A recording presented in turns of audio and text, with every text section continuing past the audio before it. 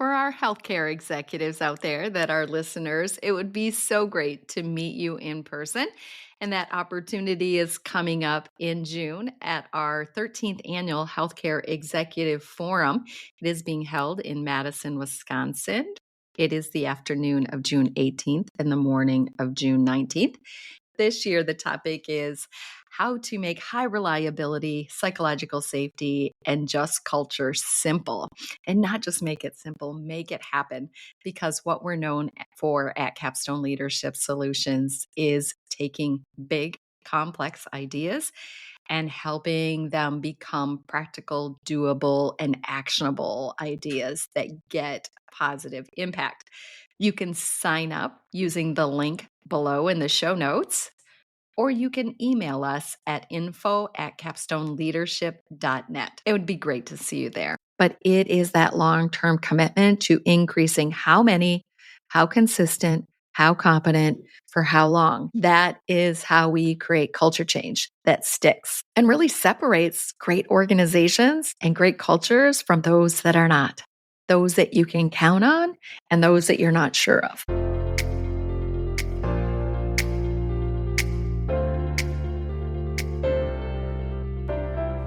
Welcome to Culture Change RX, the podcast for healthcare professionals that are committed to creating a thriving workplace culture, improving the experiences of employees and patients, and ultimately unlocking their organization's next level of potential. I'm Sue Tetzlaff, your host and co-founder of Capstone Leadership Solutions. Join me and my insightful guests each week as we share actionable insights for navigating the crucial people side of the business of healthcare. Subscribe now for a weekly dose of Culture Change RX. Now let's dive into this week's conversation where culture change takes center stage. Welcome to another episode of Culture Change RX. Thanks for being here. This is Sue Tetzlaff, co-founder of Capstone Leadership Solutions and host of Culture Change RX. This is one of those solo episodes which we call a culture bite. And today's focus of this culture bite is the long game of culture change. And I want to share an analogy that can help you conceptualize the long game of culture change and also 4 elements that are part of that long game of culture change. So first, I'll start with the analogy. So on prior podcasts, I might have shared that sometimes I like to talk about culture change like broth in a soup. So what is culture? It's broth in a soup. So you might have these amazing buildings with this new and innovative technology for healthcare, this great staff that you've hired, these great clinical protocols, etc. So you have all these great ingredients in your soup that make up your healthcare system. And then the broth is the culture in which all of this plays out for the benefit of patients and the staff that work there. So oftentimes, if you think about the very best soup you could have, it would have great ingredients and it would also have really great broth. And if the broth isn't so good, it's going to impact the overall quality of the soup. In fact, those amazing ingredients like fresh grown vegetables and grass-fed beef are not going to taste as good when the broth is yucky. In fact, it would likely ruin the whole pot. But today I want to share with you another analogy that can help you conceptualize 4 important elements that are required for long-term positive culture change. And this analogy is like a big tank of water. So think of a big fish aquarium that's just filled with plain old good old water, H2O. So we've got this tank of water. So let's say we want this tank of water to be representative of a culture of an organization. And we want to infuse into that water blue dye. And blue dye is that positive culture change. So being a positive, proactive, results-oriented culture where we're always growing, we're always improving, we're always learning, we're always getting better, we're always improving our service, we're always creating a better place to work, we're always getting safer and delivering even better and better high-quality outcomes. So that is the culture we want to create. And let's say that's created by blue dye. It's not plain old water, right? We've got this amazingly, distinctively blue water, right? that is a wow. The culture is positively palpable by patients, by visitors, by applicants, by physicians coming for recruitment site visits. So, to create this amazing blue wow culture, we got to get blue in there, right? We've got to put blue in there. And let's say that that blue is drops of dye. So you could imagine that it requires many people to be contributing drops of dye, right? So, how many people are contributing to that water being blue? Is it just a few people or one person? A very small percentage of your workforce who's dropping blue dye into that tank of water.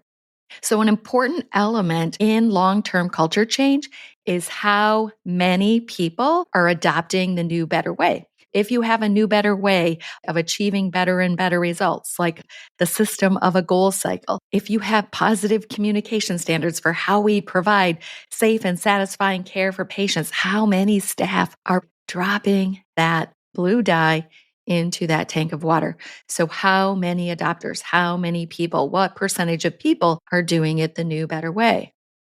So, that's an important factor.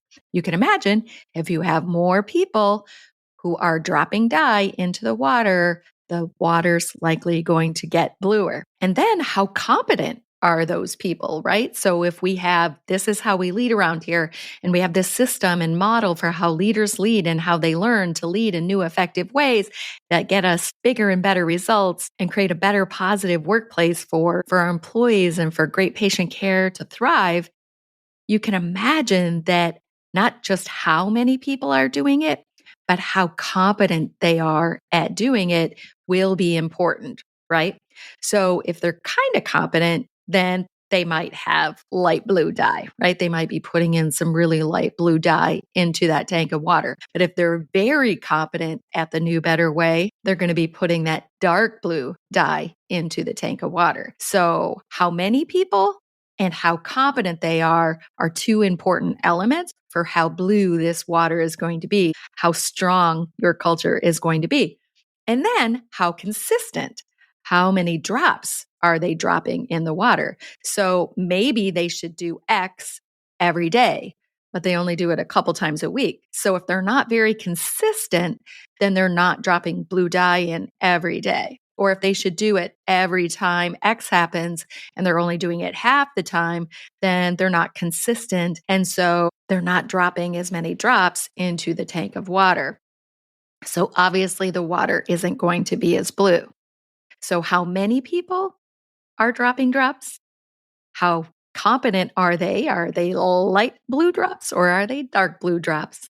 And are we consistently dropping them? Three very important elements in the long game of a great culture and truly having a distinctly different culture, not just a light blue culture, but a vibrant, deep blue culture that isn't switching constantly from light blue to dark blue, but is consistently dark blue. And then the very important fourth element is how long are we committed to the blue drops? So we see this so many times that organizations will put these systems and these processes in place to elevate service, elevate quality, elevate people. But we see organizations switch. So, okay, we did the blue dye this year, and next year we're switching and we're starting over to the yellow dye. And then we go through a year and we're switching over and we're going to the red dye. And so your staff and your patients, we never get to that deep, vibrant, I can count on it always being blue. We're switching it up. And so maybe we got to quite a few people who are competent and pretty consistent. And now the light blue is switching to get a little darker. And then we halt that plan and we start over. And we never get to that deep, dark blue that becomes, this is how we do it around here. We're known for it. You can count on it, whether you're a new employee, whether you're a new provider, whether you're a new patient, or you're a long-term one. You can count on us that when you experience us, this is the culture. It is this amazing dark blue. It is distinctly different here. It isn't lukewarm. It isn't light blue. It is dark blue. And we've built that through many people dropping those drops who are competent. So they're dropping the darkest blue dots. They're consistent. They're dropping them often and they never stop dropping them. Organizations, they do this a lot, right? Flavor of the month. They're starting over and they're starting over and they're starting over. Going back to Everett Rogers' work back in the 1960s, and it's still just so prevalent today that we see evidence of how adoption plays out long-term in organizations. And so many organizations experience failed culture change attempts or any change attempts and flavor of the month. And it's because long-term positive change takes just that, a long-term effort. Building up the number, the how many, building up the competency, how well they do it, building up the consistency, how often they do it, and for how long have we been doing it? Are we committed to it long term? If you're not familiar with Everett Rogers' diffusion curve and how individuals adopt a change and how entire organizations or groups of people diffuse a change, so think about diffusion. Our analogy here about water and drops of blue dye in the water is really this concept of diffusion, right? So those drops, those molecules of blue are diffusing into that big tank of water. And a few drops obviously aren't going to do much to change the look of the water or the feel of the culture. But again, the longer we commit to this and we move from the few to the many, we move from the incompetent to the competency, we move from the inconsistent to the consistency, we move from the long term to the short term, and more people are becoming more and more competent and consistent for a longer period of time. Now we've got a distinctly different, more positive culture. It truly is the long game. Now, you can have those short bursts right at the beginning, right? Where we got a whole bunch of people putting a whole bunch of dye in for this short little blip.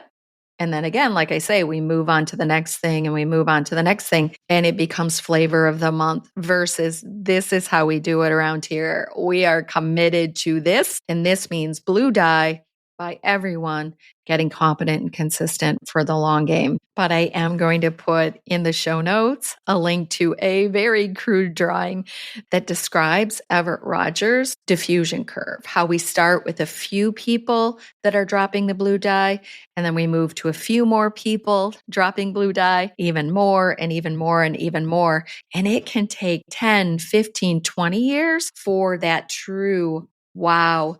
Everybody is dropping dye consistently, competently. And that's why we have to be committed to the long term. But in the short term, every bit of blue matters. Every single person that's dropping dye in matters. Even if they're not competent yet, it matters that they're dropping blue dye. It doesn't matter if they're consistent yet, they're dropping blue dye. But it is that long-term commitment to increasing how many, how consistent, how competent, for how long. That is how we create culture change that sticks and really separates great organizations and great cultures from those that are not, those that you can count on and those that you're not sure of. I do want to follow up in a future episode on the topic of competency and consistency. All of these four elements are really important. How many, how competent, consistent, for how long are important to long-term success of culture change and creating that distinct wow culture for your organization that patients and staff alike can count on and positively differentiates you from others. But when it comes to elevating competency, when it comes to elevating consistency, we also have some great advice for you there. And that'll be coming up on a future episode of A Culture Bite. So watch for that. Make sure you're following the podcast on your favorite podcast platform or sign up for our newsletter, e-newsletter on our website, capstoneleadership.net. There'll be a pop-up where you can join our email newsletter list, and we send out our podcast that way too. So it'll always be in your inbox each week. We drop a new episode every Wednesday. So today I'm wishing for your organization a bright, blue, amazing, distinctive wow culture. And to create that, it is the long game. But first, you have to just start. And if you need help just starting, or if you need help from wherever you're at in the process, To take it to that next level, our team of transformational experts here at Capstone Leadership Solutions would love to chat with you about our framework, formula, and four systems approach to transforming cultures of small and rural healthcare organizations. Again, at our website, capstoneleadership.net, there's a contact us page, and you can send us a note so we can follow up and connect with you, or you can actually book a consultative call. It is complimentary, doesn't cost you a thing. Just a little bit of your time to have a conversation about the culture where you are. It is our work here at Capstone Leadership Solutions to equip and inspire others for positive change in healthcare. And if we can help you, please reach out. Bye now. Thanks for tuning in to Culture Change RX. If you found value in today's episode and you are a believer in fostering change in healthcare, join us in making a difference. Follow, rate, and review our podcast on your favorite platform. Share it with colleagues and your network. Together, we can make a lasting impact. Until next week, keep inspiring positive change.